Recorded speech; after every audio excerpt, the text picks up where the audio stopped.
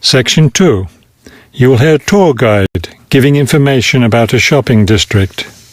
First, you have some time to look at questions 11 to 15 on page 6.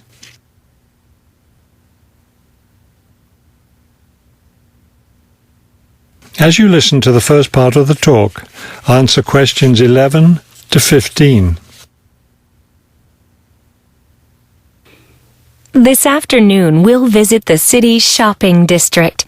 Several blocks in the area are closed to car traffic, and I know you'll enjoy walking around there. I'd like to give you an overview of the district now, since you'll be on your own once we get there.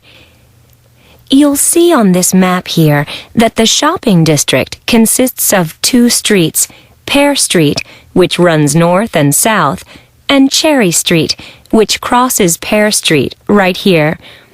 Let's start our tour here on Pear Street, where the star is. This star marks the Harbor View bookstore. It's very popular among locals as well as tourists.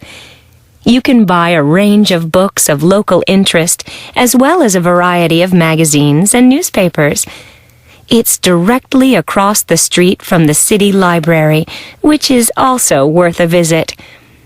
It's in one of the oldest buildings in the city and contains, among other things, an interesting collection of rare books. Now, moving up Pear from the bookstore toward Cherry, the next building on the left is the Pear Cafe.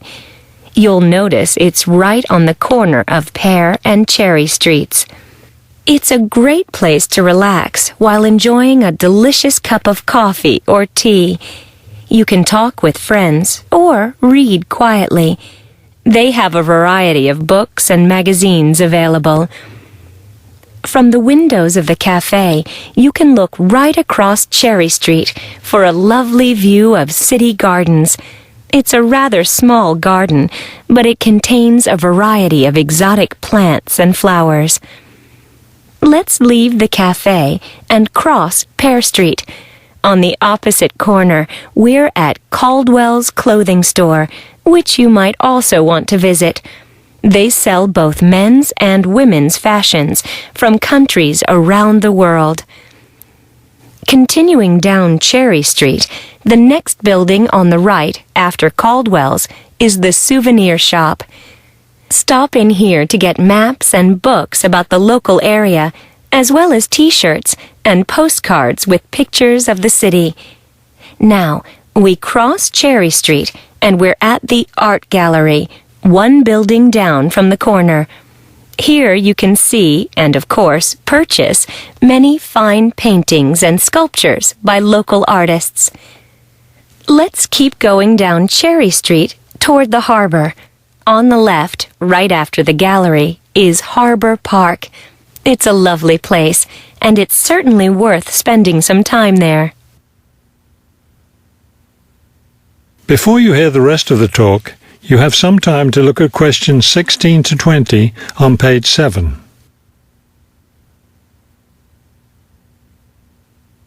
Now listen and answer questions 16 to 20. Harbor Park was built on land donated to the city by Captain Jones, a lifelong resident of this city. Captain Jones designed the park himself, and it was built in 1876. Exactly in the center of the park, a statue of Captain Jones was erected, and it's still standing there today. It shows Captain Jones on the bow of his ship. After viewing the statue, you can follow the path that goes through the woods just behind. It will lead you to a lovely garden, in the middle of which is a fountain. This is a nice place to enjoy a few quiet moments. If you still feel like walking, continue on to the far end of the garden. There, you'll find a wooden staircase, which will take you down to the harbor. You might enjoy the view of the boats from there. There's also a walking path along the water, which will eventually bring you back up to Cherry Street.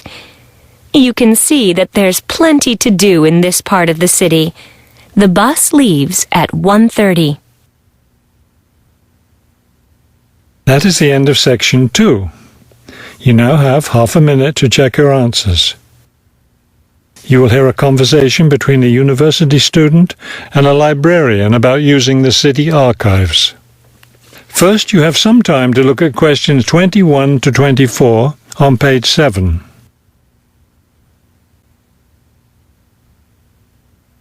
As you listen to the first part of the conversation, answer questions 21 to 24. Hello. I was wondering if you could give me some information about using the archives? I'd be happy to. Are you a resident of the city? Actually, I live just outside the city, but I study at the university downtown. That's fine. All you need to do is show your university identification card, and you can use the archives at no charge, as long as your ID card is current, of course. Yes, it's valid. So I don't have to pay anything? No, city residents pay an annual fee, but students can use the archives for free. Everyone else needs to get special permission from the director, but that doesn't apply to you, of course. Oh, good. I was also wondering about the schedule. I have classes every day, Monday through Friday, and I also have a part-time job, so I could really only use the archives on weekends. That's not a problem at all. We're open all weekend. Actually, the only day we're closed is Monday, so you can come any day, Tuesday through Sunday. Are you open in the evenings? Yes, we're open from 9:30 in the morning until 8:30 in the evening. That will fit my schedule well. Before you hear the rest of the conversation, you have some time to look at questions 25 to 30 on page 8.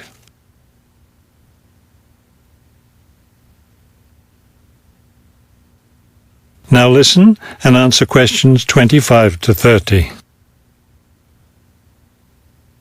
Is there something else I can help you with? Yes. One thing I'll be needing to see for one of my class projects is old photographs. Do you have photographs of the city in the 19th century that I could look at?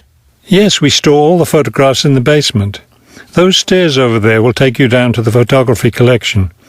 Just tell the librarian there what you're interested in, and he'll help you. Those would be 19th century photographs? Yes, the entire collection is there. Now, if you're interested in seeing documents from the 19th century, those are right here on the ground floor. I would like to see some of those documents. Does that collection include newspapers too? No, all the newspapers from the earliest ones in the 18th century up to the current time are on the second floor. Here, let me just give you this map of the archives, and you'll be able to find whatever it is you need. Thank you. Oh, I see you have a whole room devoted to maps. Yes, on the third floor. That's great, because one thing I need to do is look at how the city has developed over time. I'm sure you'll find a lot of helpful information there. Of course, some of the maps are several centuries old, so generally visitors are only allowed to see photographic reproductions of them. That shouldn't be a problem. What's this on the fourth floor? Ogden's Woolen Mill. As I'm sure you know, Ogden's Woolen Mill was the major entity responsible for the growth of this city in the 19th century. The Ogdeniers gave money for the archives to devote an entire floor to information about the history of the mill. Will I be able to find information about the Ogden family there? Photographs, personal papers, things like that? Probably the family photographs are stored downstairs in the photography collection. The personal papers would be on the 5th floor, where we keep all the personal papers of famous residents of our city. Thank you so much for your help. I'll be able to do a lot of my research here. That is the end of Section 3. You now have half a minute to check your answers. Section 4. You will hear a lecture about wind energy. First, you have some time to look at questions 31 to 33 on page 8. Now listen carefully and answer questions 31 to 33. With the rising cost of fossil fuels, there's a great deal of interest these days in developing alternative sources of energy. Today, I'd like to talk about one of these, wind power. In the past couple of decades, there's been an upsurge of interest in using the wind as a source of energy, but the idea isn't new at all. People have been harnessing the power of the wind for centuries, ever since ancient peoples first used sailboats. In ancient China, farmers used a rudimentary sort of windmill to pump water. Wind power was used in other parts of the ancient world as well.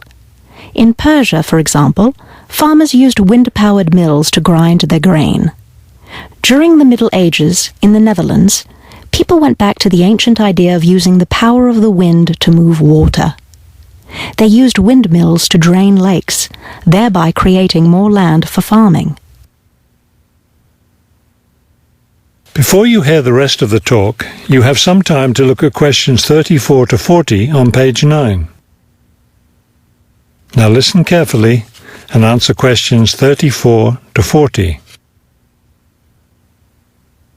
At present, people around the world are using the wind to generate electricity. Some old methods, some new.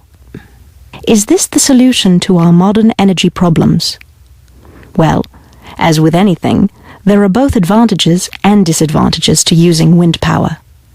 Let's take a look at some of the reasons to use wind power. One of the biggest problems with using fuels, such as oil and coal, is pollution. Wind power, on the other hand, is clean. It causes no pollution and therefore doesn't contribute to global warming. Another great advantage of wind power is that it's a renewable resource. Oil and coal reserves are limited, but will never run out of wind. Economics is another reason to use wind power. Using the wind to generate electricity costs less, much less, than running other types of generators. In addition, since wind turbines don't take up much land, the land around them can be used for other purposes, such as farming. There are disadvantages, however. Even though generating electricity with wind is relatively inexpensive, the technology isn't cheap. The initial costs of setting up wind turbines can be quite high. Another issue is reliability. Wind doesn't blow at a constant strength.